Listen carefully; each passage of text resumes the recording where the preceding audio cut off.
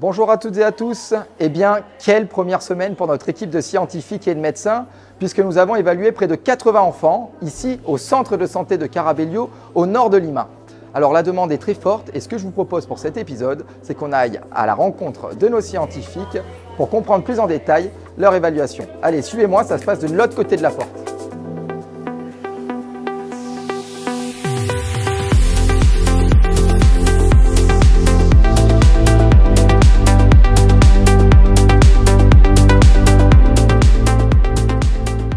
Comment ça se passe? Ça se passe très bien. On a eu une grosse semaine qui était plutôt dense avec près de 80 enfants qui ont été évalués et donc tout se passe bien.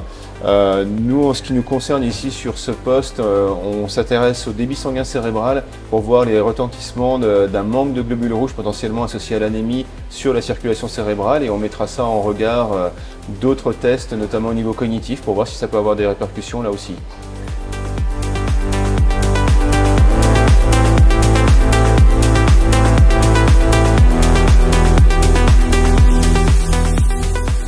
Ici, on est dans la continuité des examens cliniques qu'on a effectués déjà en octobre. Donc, on fait un examen très reproductible en fait, et d'ailleurs d'avoir examiné plus de 260 enfants en octobre, ça permet d'être beaucoup plus à l'aise pour l'interrogatoire des antécédents, de l'histoire clinique de chaque enfant. Les parents, ils ont d'autres questions au sujet de leurs enfants. Que ce soit des questions d'ordre général médical ou bien des questions plus sur leurs inquiétudes qu'ils peuvent avoir sur le développement, l'école. Il y a même des familles en fait qui nous amènent leurs enfants qui ont eux des soucis neurodéveloppementaux parce qu'on est là et donc on peut les voir.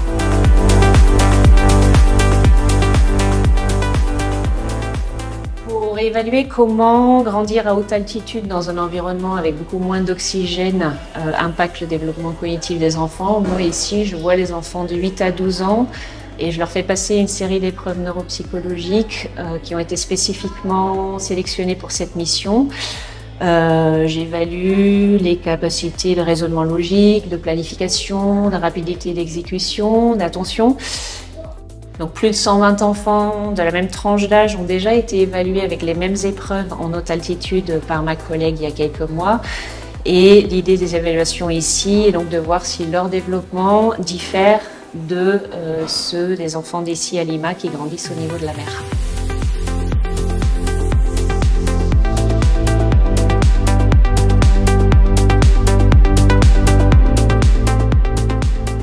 Eh bien, tout se passe bien. On est ici à Lima pour faire des mesures qui sont complémentaires de celles qu'on a faites à la Rinconada et aussi à Juliaca l'année dernière et qu'on fera l'automne prochain.